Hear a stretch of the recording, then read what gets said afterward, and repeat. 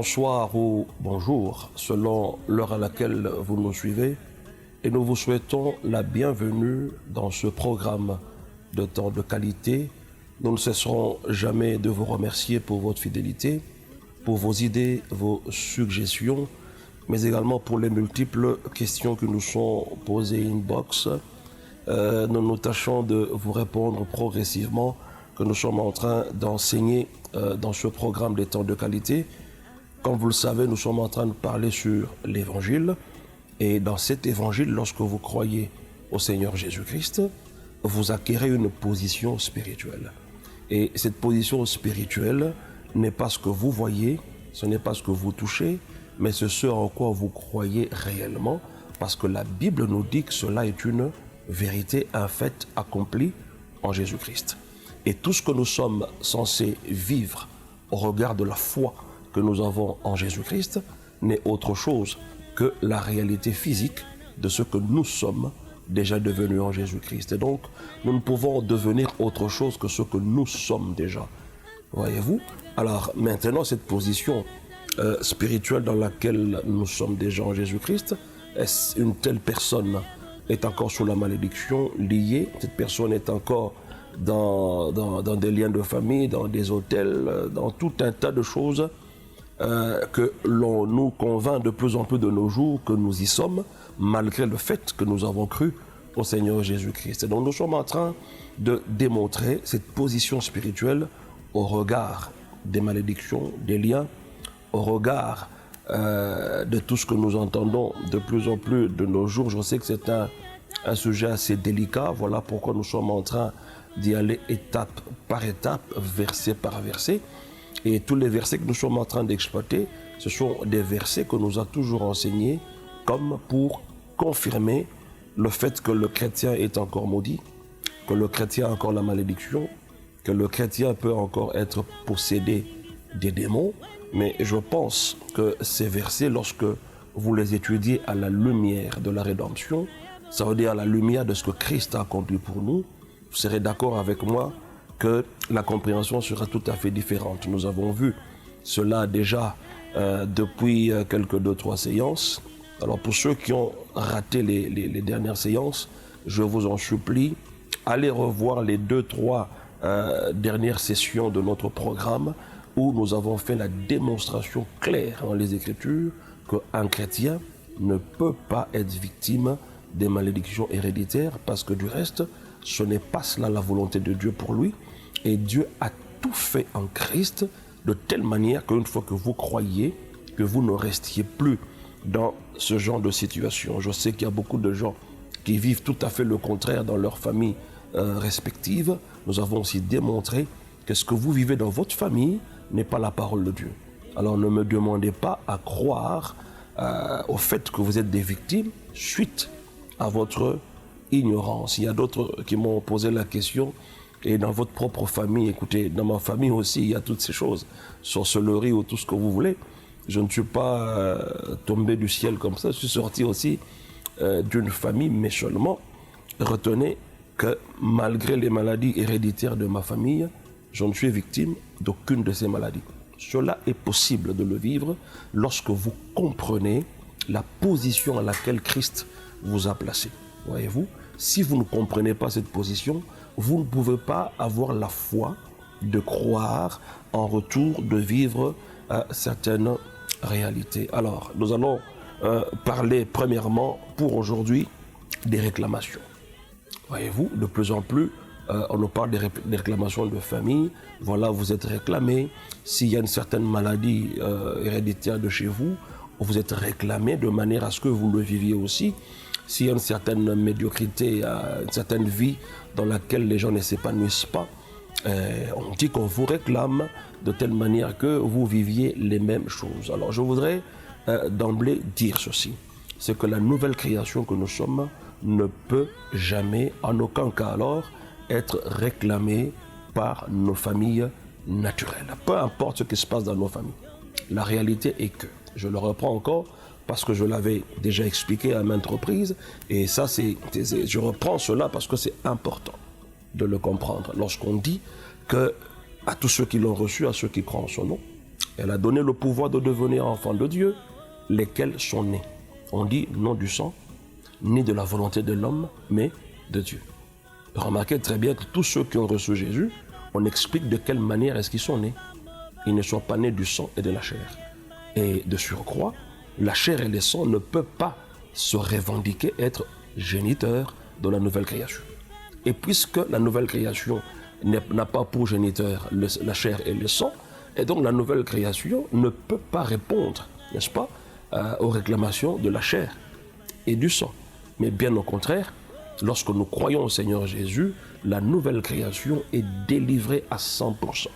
Mais seulement au niveau de notre âme et au niveau de notre corps, il n'y a pas eu la rédemption d'une manière complète. Mais la rédemption se fait progressivement, notamment lorsque je renouvelle quotidiennement mon âme à la lumière de la parole de Dieu. Je suis en train d'assainir cette partie de mon être de telle manière que je commence à opérer, à raisonner, à penser au standard même de la pensée de Dieu. Sinon, si mon âme n'arrive pas à penser au standard de la parole de Dieu, croyez-moi, il vous sera difficile de croire même que vous êtes déjà délivré. Et ça, c'est le problème de beaucoup de gens. En fait, ils ont été esclaves. On les a libérés de l'esclavagisme, mais ils ont gardé la mentalité des esclaves. Et lorsque vous gardez une telle mentalité, votre vie pratique va refléter ce à quoi vous êtes en train de vous donner en termes de crainte. Voilà pourquoi la Bible déclare que ce que je crains, c'est ce qui m'arrive. Ce que je redoute, c'est ce qui m'atteint. Et notre corps n'a pas subi non plus de transformation à la nouvelle naissance. Et notre corps répond naturellement aux choses de ma famille, aux choses de la nature, aux 5 sens. Alors maintenant, nous avons la responsabilité au niveau de la nouvelle création d'amener le reste de notre être à obéir et à marcher conformément à ce qui s'est passé dans notre esprit. Remarquez bien que l'homme n'est pas corps, l'homme n'est pas âme, mais l'homme est esprit. Mais il a une âme et vit dans un corps physique. Et donc, quand on dit que dans mon esprit je suis régénéré, ça veut dire moi, je suis délivré. Donc je n'ai pas de lien, je n'ai pas de malédiction. On ne peut pas réclamer la nouvelle création. Mais quand il y a réclamation, remarquez que les choses se font au niveau de la chair. Si je n'ai pas encore pu discipliner ma chair, mon corps physique, de manière à vivre dans une sanctification pratique, je peux, n'est-ce pas, manifester de temps en temps certaines réalités de ma famille. Mais en réalité, cela n'est plus mon partage du tout. Et le verset que l'on a souvent utilisé pour parler des réclamations, c'est notamment dans Luc, le chapitre 22. Je vais lire le verset 31. Il est écrit ceci. Le Seigneur dit, Simon, Simon, Satan vous a réclamé pour vous cribler comme le froment. Remarquez déjà qu'ici au verset 31, ce n'est pas Simon seul qui a été réclamé. Regardez bien la conjugaison là-bas. On dit que Satan vous a réclamé au pluriel. Ça veut dire tous les apôtres, on les a réclamés. Mais ce qui est étonnant au verset 31, et c'est cela d'ailleurs, ce qui échappe le plus souvent aux gens qui prêchent ce passage en termes de réclamation, c'est que Jésus ne dit pas Pierre, Satan t'a réclamé, mais Jésus dit Simon, Satan t'a réclamé. Simon, ou Pierre, lorsque nous voulons comparer cette appellation en accord avec Jean chapitre 1, versets 12 à 13, nous comprendrons que celui qui est né, non pas de la chair, ni du sang, c'est Pierre. Mais celui qui était né de la chair et du sang, c'est Simon. Voilà pourquoi Simon est donc réclamé. On ne peut pas réclamer la nouvelle création. Jésus n'a pas dit Pierre, mais il a dit Simon.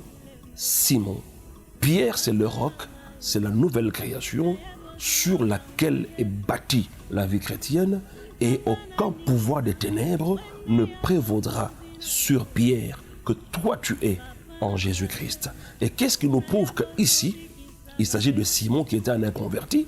Lisez maintenant le verset 32, il est écrit « Mais j'ai prié pour toi, afin que ta foi ne défaille point, et toi, quand tu seras converti, affermis tes frères.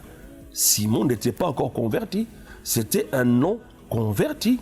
Ça veut dire en d'autres termes, Simon n'était pas né de nouveau. Voilà pourquoi il pouvait être victime de ce genre de choses.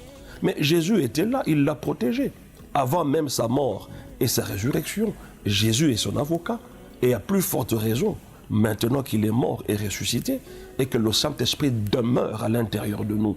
Et la question que j'ai toujours posée, lorsque le diable fait ses manigances, notamment pour ce cas, quand on dit que le diable nous réclame, ou nos familles nous réclament, et le Saint-Esprit qui est à l'intérieur de nous, pendant ce temps, qu'est-ce qu'il fait? Il dort. Remarquez que quand on parle des œuvres du diable, on a comme l'impression que Dieu est dépassé, que Dieu est absent, que Dieu est incapable d'intervenir pendant que le diable est en train de faire toutes ces choses-là. Mais ce que je sais, ce que je comprends moi, au regard de ce que Dieu a fait pour nous, lorsque Dieu fait des choses, le diable est incapable d'empêcher Dieu d'agir. Voyez-vous? Donc, vous n'êtes pas Simon, mais vous êtes Pierre. Simon, c'est celui qui n'était pas converti. Mais vous êtes Pierre, la nouvelle création. Et donc, il n'y a pas de réclamation possible par rapport à votre vie. Peu importe les maladies qu'il y a dans votre famille, mon cher frère, tu dois avoir l'assurance, n'est-ce pas, de ce que tu es en Jésus-Christ. Alors, deuxième chose que nous allons voir aujourd'hui, il s'agit des liens de Lazare. Qu'en est-il, justement, des liens de Lazare? Parce qu'il y a beaucoup d'interprétations là-dessus. Nous allons reprendre notre Bible et on va aller dans l'évangile de Jean au chapitre 11, le verset 44. C'est là qu'il y a le fameux verset. Nous commençons à partir du verset 43. Ayant dit cela, il cria d'une voix forte, « Lazare, sors !» Et le mort sortit, les pieds et les mains liés de bandes et le visage enveloppé d'un linge. Jésus leur dit, « Déliez-le et laissez-le aller. » Et le plus souvent, nous prenons ce verset. Et nous reconnaissons le fait que lorsque nous croyons au Seigneur Jésus, nous sommes sauvés. Ça, nous sommes tous d'accord. Mais seulement, malgré que vous êtes sauvés, on assimile la vie des nés de nouveau à ce qui s'est passé avec Lazare. On dit, malgré la nouvelle naissance, vous gardez encore les liens au modèle de Lazare. Et on fait remarquer une chose ici, c'est que ce n'est pas Jésus qui l'a délivré, mais ce sont des tierces personnes qui étaient là, qui ont enlevé les bandes avec lesquelles on avait lié Lazare, comme pour dire que ce sont ceux-là qui ont un ministère de délivrance. Écoutez, je voudrais d'emblée faire une petite parenthèse ici. Il n'y a personne, voyez-vous, qui a spécifiquement reçu le ministère de délivrance au détriment des autres. C'est archi faux. Le ministère de la délivrance n'est pas une particularité donnée aux uns et non pas aux autres. Mais tout ministre authentique, appelé par Dieu dans l'exercice de son ministère, est accompagné de la délivrance. La délivrance n'est autre chose qu'un outil de travail que Dieu a donné à tout ministre authentique. Et donc ce n'est pas une particularité. Tout celui que Dieu a appelé, quand il poursuit son ministère, selon le mandat que Dieu lui a donné, il est en train de manifester aussi en même temps, il doit manifester la délivrance. Alors, on nous dit ici que nous gardons les liens au modèle de Lazare. Alors je voudrais que nous fassions une petite comparaison entre l'enterrement de Jésus et sa résurrection, ainsi que l'enterrement de Lazare et sa résurrection. Nous sommes dans Jean toujours, le chapitre 19. On va lire le verset 40. Il est écrit ceci. Ils prirent donc le corps de Jésus et l'enveloppèrent de bandes avec les aromates, comme c'est la coutume d'ensevelir chez les Juifs.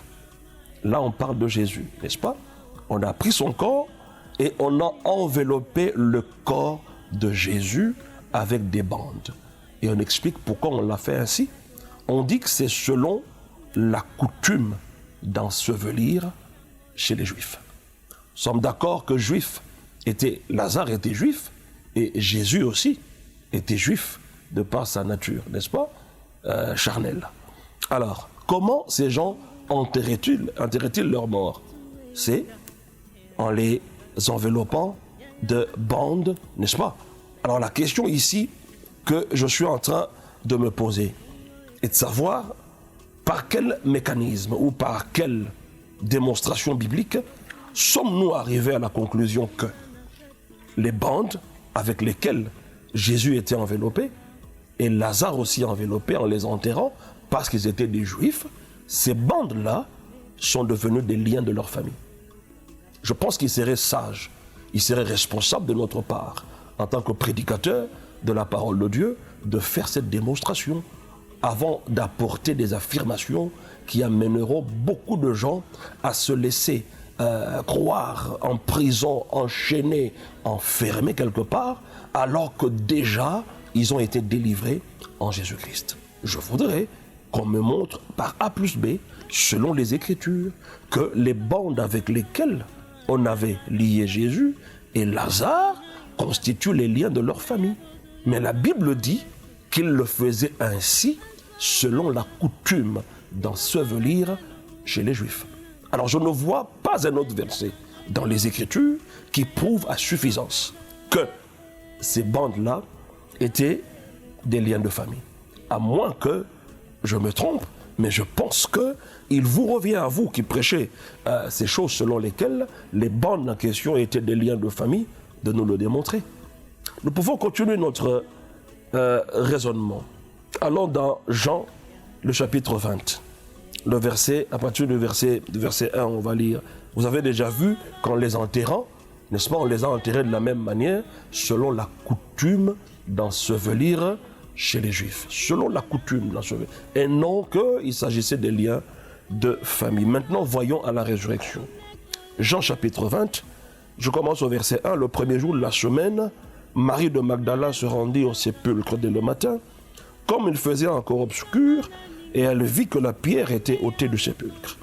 Elle courut vers Simon-Pierre et vers l'autre disciple que Jésus aimait et leur dit, « Ils ont enlevé du sépulcre le Seigneur et nous ne savons où ils l'ont mis. » Pierre et l'autre disciple sortirent et allèrent au sépulcre.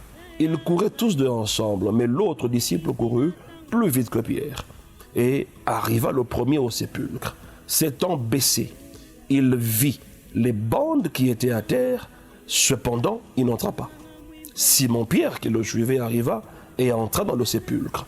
Il vit les bandes qui étaient à terre et le linge qu'on avait mis sous la tête de Jésus, non pas avec les bandes, mais plié dans un lieu à part. Relisez bien le verset 5. On dit, s'étant baissé, il vit les bandes qui étaient à terre. Cependant, il n'entra pas, n'est-ce pas? C'est Simon-Pierre qui va entrer. Lui qui le suivait arriva et entra dans le sépulcre. Il vit les bandes qui étaient à terre et le linge qu'on avait mis sous la tête de Jésus, non pas avec les bandes, mais plié dans un lieu à part. Remarquez qu'à la résurrection, Lazare va ressusciter avec des liens. Et on interprète que ces liens sont les liens de famille. Mais alors que la Bible ne le confirme nulle part ailleurs. Mais remarquez ici à la résurrection de Jésus, la Bible déclare que Jésus est sorti sans lien. Les bandes avec lesquelles on l'avait enveloppé, même ce qu'on avait mis sur sa tête, tout est resté là dans le tombeau, dans un lieu à part. Et Jésus est sorti du tombeau libre et vainqueur. Jésus n'est pas sorti avec des liens. Alors la question que je pose encore une fois ici, c'est que, êtes-vous ressuscité au modèle de Jésus ou bien au modèle de Lazare? Ça, c'est la première question. La deuxième question, est-ce que Lazare était-il un chrétien? Non, Lazare n'était pas un chrétien. Et donc, vous ne pouvez pas calquer ma vie sur celle de Lazare. Ma vie à moi, la Bible dit qu'elle est calquée sur le Christ. Ça veut dire la même vie que Christ a, c'est la même vie que j'ai. J'ai été ressuscité, non pas au modèle de Lazare, mais de Christ. La Bible déclare que nous sommes morts ensemble et il nous a ressuscités ensemble. Voyez-vous? Donc le jour où Jésus est ressuscité, comment est-il ressuscité? Mais il est ressuscité sans lien, sans lien. Il n'y avait pas de bande. Si vous voulez interpréter ces bandes comme étant des liens de famille, parce que j'ai entendu même un prédicateur qui disait que même Jésus avait les liens de sa famille. Bon, ça n'engage que lui, même si cela était le cas, mais remarquez ici à la résurrection de Jésus.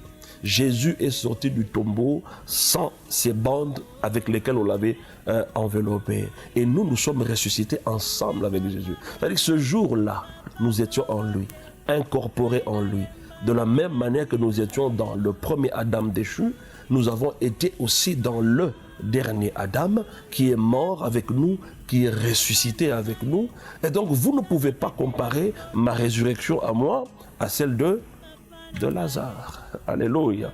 Que la gloire revienne à notre Seigneur Jésus, parce que Lazare ressuscite avec des liens, mais Jésus ressuscite sans lien. Donc en tant que chrétien, sommes-nous ressuscités au modèle de Lazare? Non. Est-ce que Lazare était chrétien? Non, il ne l'était pas. Est-ce que ces liens étaient l'image des liens de famille? Non, démontrez-le si vous pensez que c'était réellement des liens de famille. Parce qu'en fait, avant d'arriver à dire voilà ce qu'il fallait démontrer, il faut une série de preuves.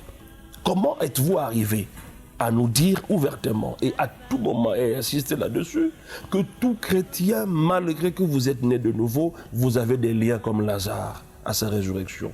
Mais vous tirez ça d'un seul verset. Est-ce qu'on ne peut pas avoir 2, 3 versets qui nous expliquent cette réalité et arrivent à la conclusion selon laquelle c'était ça qu'il fallait démontrer?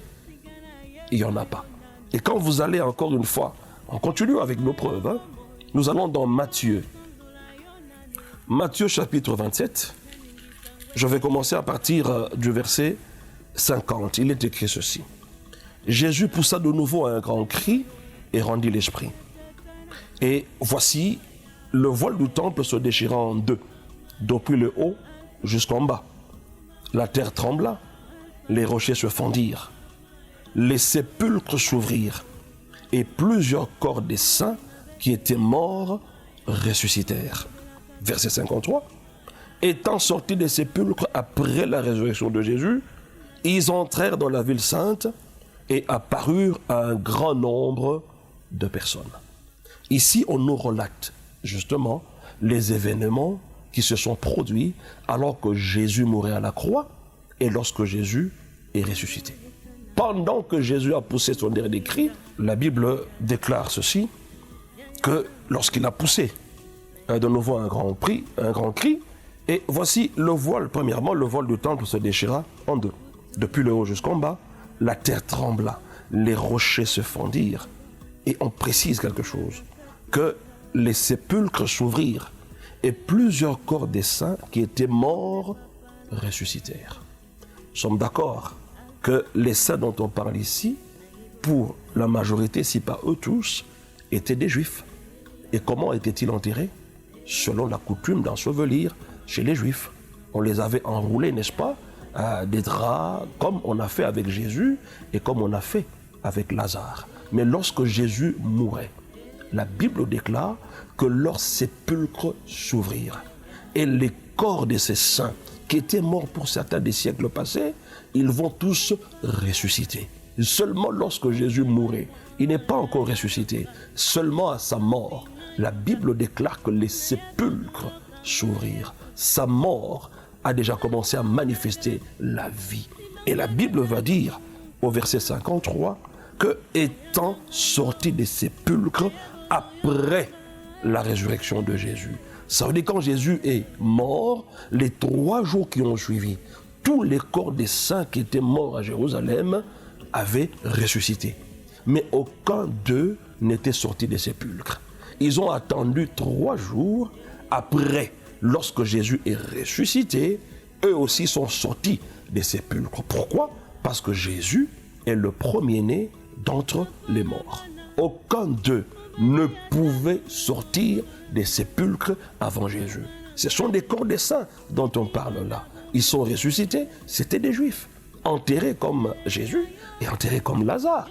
Mais remarquez bien, on dit qu'étant sortis des sépulcres, après la résurrection de Jésus, ils entrèrent dans la ville sainte et apparurent à un grand nombre de personnes. Ils entrèrent dans la ville sainte parce que le cimetière était à quelques pas de la ville. Ils sont ressuscités, mais on ne leur a pas demandé de se faire délivrer comme on a fait avec Lazare, selon le raisonnement de certains. Ils sont sortis, ils n'ont pas eu quelqu'un qui est venu leur dire, voilà, déliez-le et laissez-le aller. Non, personne. ils sont allés, ils se sont fait voir dans la ville en marchant. Ils n'étaient pas liés comme Lazare l'était. Alors la grande question ici demeure, mes chers frères.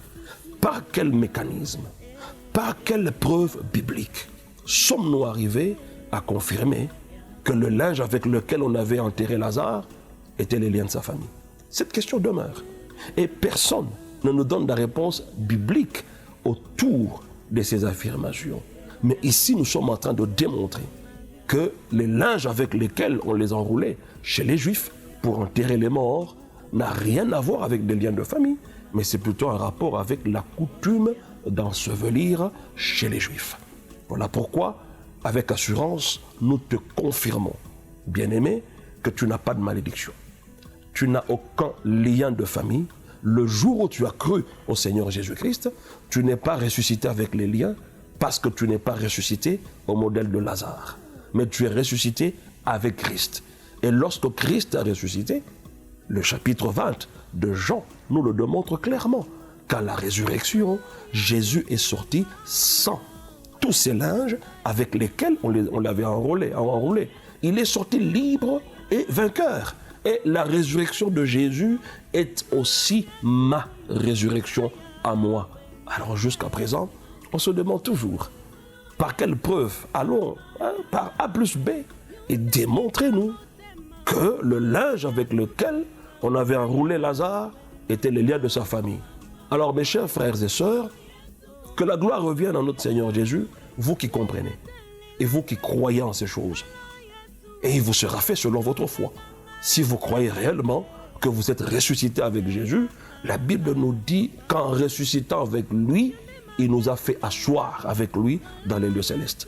Il n'a pas dit qu'en ressuscitant avec lui, nous sommes restés dans la marmite de la famille. Il faut maintenant que quelqu'un vienne pour faire des prières et me sortir de là. Je ne suis pas dans une marmite. Je suis assis avec Christ dans les lieux célestes. C'est à prendre ou à laisser, mes chers frères. Ou bien vous y croyez, ou bien vous restez dans votre marmite. Et il y a un individu qui va vous prendre pour sa victime. Et vous savez, mes chers frères, ça ne sert à rien de le dire ici, ce qui se passe autour de ces genres de doctrines dans notre pays. Il se passe tellement de choses. Mais croyez en la parole de Dieu, ayez foi en ce que Dieu a dit de vous. Vous êtes ressuscité avec Jésus-Christ et assis avec lui. C'est à vous maintenant d'accepter ces vérités. Dans le nom de Jésus, je vous bénis et je vous fixe rendez-vous à la prochaine session et que le Dieu de notre Seigneur Jésus nous fasse grâce de comprendre, de digérer ces choses et je menace le diable qui vient voler la parole. Il ne le fera pas avec vous dans le nom de Jésus et que cette parole produise des fruits dans votre vie. Ainsi nous avons proclamé avec beaucoup d'actions de grâce. Et nous disons Amen à la prochaine session. Merci beaucoup.